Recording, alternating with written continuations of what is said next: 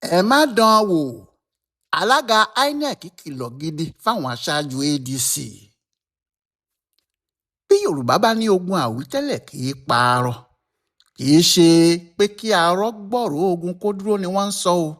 Torí arọ tó létí tó lójú tó ń dìtẹ̀ mọ́ ará àdúgbò pé kí ogun dé. Bí ogun bá dé, arọ lè bọ́ tẹ̀ lọ o. Ohun tí arọ tó bá gbọ́rọ̀ pé ogun ń bọ̀ gbọ́dọ̀ ṣe ni kí òun tètè fi ìlú sílẹ̀ nígbà tí kò ní lè sáré bí àwọn ẹlẹ́sẹ̀ méjì. Ìyẹn ni wọ́n ṣe ń pé ogun àwítẹ́lẹ̀ kò gbọ́dọ̀ parọ́. Àmọ́ arọ tó bá gbọ́n tó sì ṣe làákàyè gidi ni o. Níbi tí ọ̀rọ̀ wà fún àwọn aṣáájú ẹgbẹ́ òṣèlú ADC báyìí nìyẹn o. Alága àjọ tó ń ṣètò ìdìbò Amupitan ti sọ pé káwọn aṣáájú ẹgbẹ́ ADC gbogbo David Mark ni o, Atiku Abubakar ni o, Raufu Arẹ́gbẹ́ṣọlá ni o, Peter Obi ni o, Rotimi Amechi ni o, Dino Melayo ni o, àtàwọn tó kù wọn, kódà títí dórí Rabiu Kwankwanso tó ṣẹ̀ṣẹ̀ darapọ̀ mọ́ wọn, pé tí wọn ò bá fẹ́ wàhálà fúnra wọn lọ́jọ́ iwájú, wàhálà gidi tí yóò bọ́ aṣọ kúrò lọ́rùn wọn, kí wọ́n tètè ya jáwọ́ kúrò nínú ariwo tí wọ́n ń pa pé àwọn fẹ́ ṣe ìpàdé gbogbogbò, àwọn fẹ́ máa fi orúkọ ọmọ ẹgbẹ́ sílẹ̀, àwọn fẹ́ máa bá ètò ìdìbò lọ. Nítorí tí wọn kò bá jáwọ́, gbogbo epo tí alápọ̀n bá fi 20 ọdún ṣe, òfo bàbá òfo ni yóò já sí. Nítorí kò sí ẹni tí yóò lè fi irú epo bẹ́ẹ̀ ṣe bẹ̀ níbì kan, àbí ta ni yóò fi epo alápọ̀n ṣe bẹ́ẹ̀. Ilé-ẹjọ́ kòtẹ́milọ́rùn ti dájọ́ pé kí àwọn aṣáájú ẹgbẹ́ òṣèlú ADC tí wọ́n ń bá ara wọn jà àti àjọ Inec dá ohun gbogbo padà síbi tí wàhálà wọn ti bẹ̀rẹ̀. Ìyẹn ni pé kí wọ́n dá ètò gbogbo padà sí ìgbà tí wọ́n bẹ̀rẹ̀ sí bá ara wọn jà yìí. Èyí tí wọ́n fi òyìnbó pè ní status quo antebellum. Nítorí ẹ̀ ni Inec sì ṣe yọ orúkọ wọn, ìyẹn orúkọ alága wọn àti àwọn olóyè ẹgbẹ́ wọn kúrò nínú ìwé wọn, tí ẹgbẹ́ náà sì wà ní kòròfo bí ìgbà tí kò lólórí, nítorí àwọn tí ìbá jẹ́ olórí ti kọ̀wé fi ẹgbẹ́ náà sílẹ̀. Ṣùgbọ́n ilé-ẹjọ́ ní kò sẹ́ni tó gbọ́dọ̀ tí ì ṣe kinní kan. Ọ̀rọ̀ yìí ló bọ́ sí àpò ìbínú àwọn aṣáájú ADC, ni wọ́n sì jáde síta pẹ̀lú ìrunú tí wọ́n ní àwọn mọ àwọn tó ń ṣe àwọn o, pé ààrẹ Bọ́lá Ahmed Tinubu ló wà nídìí ọ̀rọ̀ àwọn. Òun ló ń lo Amupitan tí í ṣe alága Inec. Kò sí sóhun tó fà á ju pé Tinubu kò fẹ́ lọ, bẹ́ẹ̀ dandan ni kó lọ. Wọ́n ní Tinubu kò fẹ́ orogún ni, kò fẹ́ ẹni tí yóò bá du ipò ààrẹ.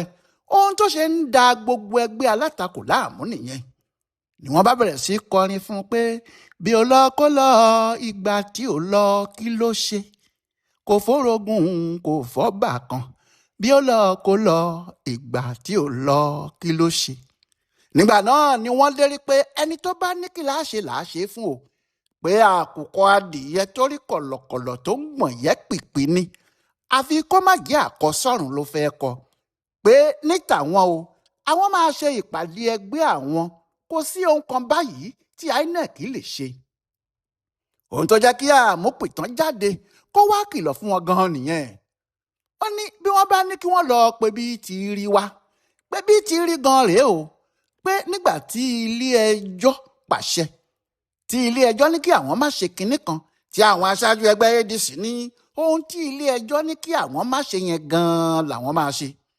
Nígbà tí wọ́n bá wá ṣe é tán, tí ilé-ẹjọ́ bá padà fagilé gbogbo ohun tí wọ́n ní àwọn ṣe, wọn yóò bẹ̀rẹ̀ sí pariwo pé Inec kan ló wà nídìí ẹ̀, àwọn làwọn ń ṣiṣẹ́ fún Tinubu, àwọn làwọn kò fẹ́ kí ẹgbẹ́ òṣèlú kankan gbérí ju ti Tinubu lọ. Amupitan ní ohun tó wà níbẹ̀ ni pé kò sí ohunkóhun tí ẹgbẹ́ ADC yóò ṣe tí àwọn gẹ́gẹ́ bí Inec tó ń ṣètò ìdìbò yóò débẹ̀ o. Nígbà tí ilé-ẹjọ́ ti sọ pé àwọn kò gbọ́dọ̀ dá sí ohunkóhun tó bá ń lọ, tí ọ̀rọ̀ náà kò sì ní àfiwé ẹlẹ́lọ́ kankan nínú tó jẹ́ geere ni, ilé-ẹjọ́ ti ní kí àwọn dáwọ́ ohun gbogbo dúró. Ilé-ẹjọ́ ní David Mark kọ́ ni alága ẹgbẹ́. Ilé-ẹjọ́ ní kí àwọn padà síbi tí ọ̀rọ̀ ìjà yìí ti bẹ̀rẹ̀, gbogbo ohun tí ilé ẹjọ́ kòtẹ́milọ́rùn wí pátá yìí làwọn gbọ́dọ̀ tẹ̀lé nítorí àwọn kò fẹ́ wàhálà kan fúnra àwọn tàbí fún iṣẹ́ àwọn.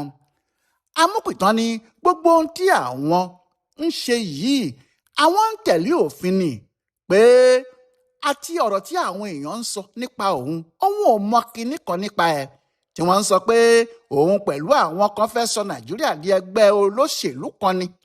Ó ní òun kò mọ kinní kan nípa ìyẹn o nítorí gbogbo ètò ìdìbò tí òun ti ṣe níwọ̀nba ìgbà tí òun dé yìí ọ̀pọ̀lọpọ̀ ẹgbẹ́ òṣèlú ló ń kópa níbẹ̀ dáadáa. Ọkùnrin olórí àjọ tó ń ṣètò ìdìbò yìí rojọ́ bí àwọn aṣáájú ADC ti bẹ̀rẹ̀ ọ̀rọ̀ náà.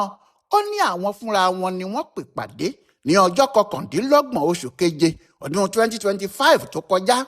Níbi ìpàdé yìí ni wọ́n sì ti ní àwọn yan àwọn olóyè ẹgbẹ́ tuntun. Ṣùgbọ́n nínú ìpàdé tí wọ́n ṣe ẹnìkan nínú àwọn olóyè yìí ní òun ò gbà, ó sì lọ sílé ẹjọ́ pé ẹjọ́ yìí ni David Mark torí ẹ̀ pé ẹjọ́ kòtẹ́milọ́rùn. Nígbà tí wọ́n sì dá ẹjọ́ kòtẹ́milọ́rùn tó pè yìí nù, wọ́n tún ní ó jẹ̀bi ìwà ń wára pé àfi kó san owó ìtanràn. Àti pé yàtọ̀ sí pé ó jẹ̀bi yìí o, ilé ẹjọ́ kòtẹ́milọ́rùn tún pàṣẹ pé àfi kí àwọn dá gbogbo ọ̀rọ̀ padà síbi tí àwọn ti ń bọ̀ pé ohun tó lè yanjú ọ̀rọ̀ náà nìyẹn. Olórí Inec ní níbo wá ni ọ̀rọ̀ ti jẹ́ tòun o. Ó ní ohun tí àwọn fi gbé ìgbésẹ̀ tí àwọn gbé yìí ni pé ẹni tó pe àwọn lẹ́jọ́ yìí ìyẹn náà fi Gombe ó pe Inec àti alága ẹ̀ náà mọ́. Èyí ni pé ẹjọ́ tí wọ́n dá nílé ẹjọ́ náà kan àwọn pàápàá kì í ṣe pé àwọn ń dá sí ohun tí kò kan àwọn. Bí wọ́n sì ti pàṣẹ fún àwọn nínú ADC bẹ́ẹ̀ náà ni wọ́n pa àṣẹ fáwọn náà nínú Inec tàwọn. Oníkálukú ló sì mọ bí òun ti lè mú àṣẹ ilé ẹjọ́ ṣẹ. Àmọ́ àmọ̀ràn tí òun lè fún wọn náà ni pé kí wọ́n má dán wò. Èyí tí wọ́n ní àwọn fẹ́ ṣe yìí kí wọ́n má dán wò rárá. Kó má jẹ́ ọjà erùpẹ̀ ni wọ́n fẹ́ tà. Ẹni tó bá sì ta ọjà erùpẹ̀ yóò gbowó òkúta.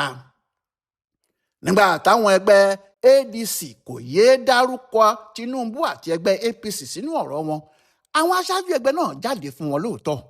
Bẹ́ẹ̀ sì ni àwọn tí wọ́n wà nínú ìjọba yìí pàápàá. Akọ̀wé ẹgbẹ́ APC Ajíbọ́lá Bashiru tó ń sọ̀rọ̀ lórúkọ alága wọn Nentawe Ìwádìí sọ pé bí ìgbélẹ́nu fẹ́ńdọ̀ làwọn aṣáájú ẹgbẹ́ ADC yìí ń ṣe o.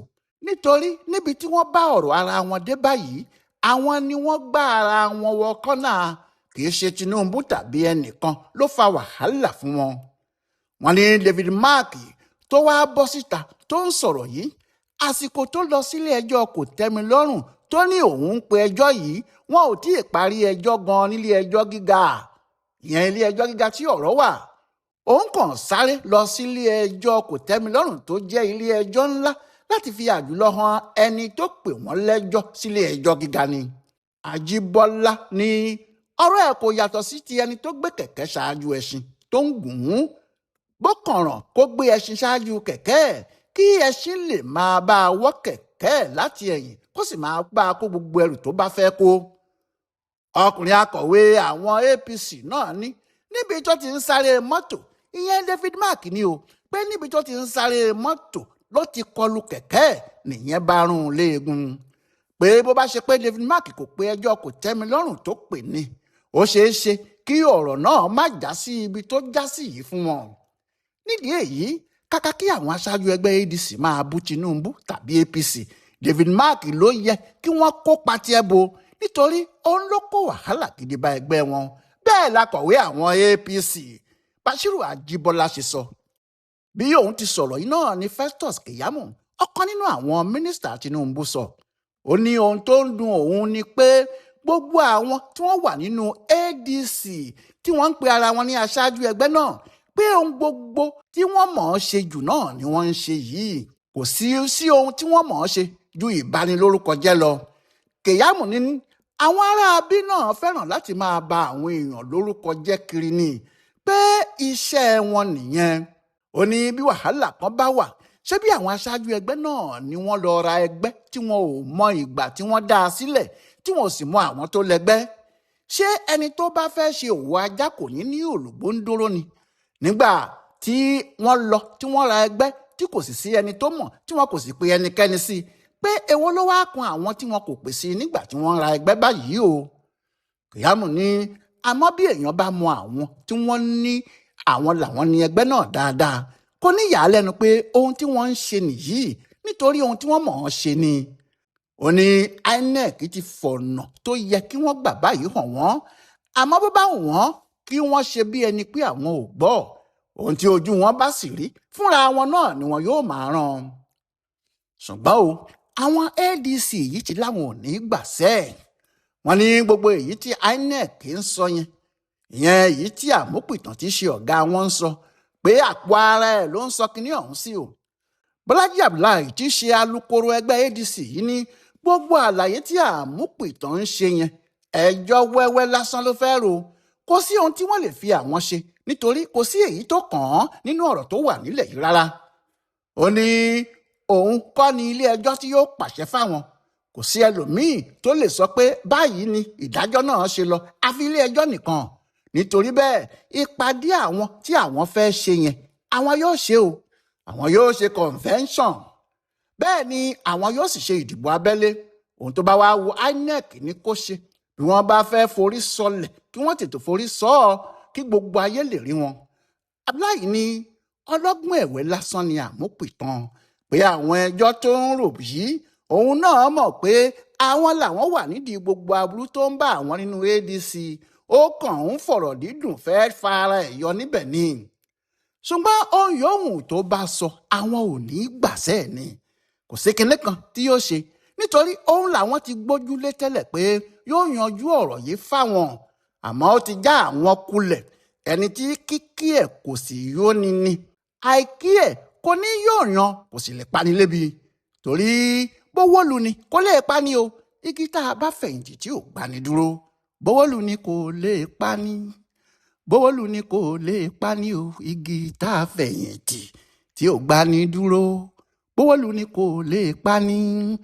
Ọláìwọlá Alaga ló ń yẹ ọ̀rọ̀ àwọn aṣáájú ADC pẹ̀lú INEC wo tó sì ń ṣe àkọsílẹ̀ fún bùdó àgbáyé fún àṣà àti ìṣe Yorùbá World Center nínú ọgbà yunifásitì Ìbàdàn.